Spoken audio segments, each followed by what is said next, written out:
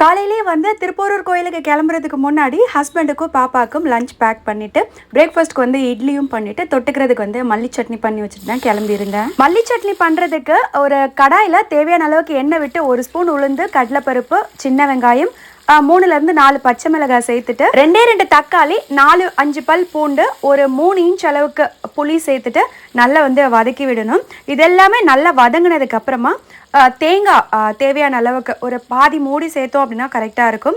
அதையும் விட்டுட்டு கல்லுப்பு சேர்த்துட்டு ஒரு கட்டில் வந்து பாதி கட்டு அளவுக்கு ஆஞ்சி எடுத்து வச்சுருந்தேன் கொத்தமல்லி, அதையுமே சேர்த்துட்டு நல்லா வந்து வதக்கிட்டு சூடு ஆறுனதுக்கு அப்புறமா ஒரு மிக்சி ஜாரில் ட்ரான்ஸ்ஃபர் பண்ணி அரைச்சி எடுத்து தாளிப்பு கொடுக்கணும். கல்யாணத்துக்கு முன்னாடிலாம் வந்து வீட்டு வேலை எல்லாத்தையும் செஞ்சுட்டு அம்மா நமக்கும் வேலை செஞ்சு கொடுப்பாங்க.